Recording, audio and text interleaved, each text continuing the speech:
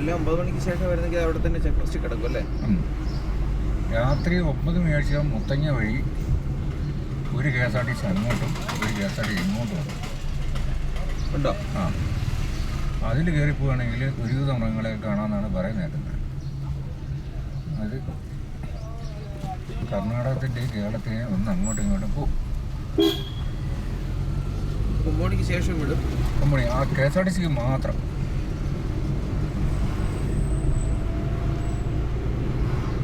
കേരളത്തിൽ നിന്നുള്ളത് അങ്ങോട്ട് വരണം പോകും. ആ, കർണാടകത്തിൽ നിന്ന് ഇങ്ങോട്ടും അല്ലേ?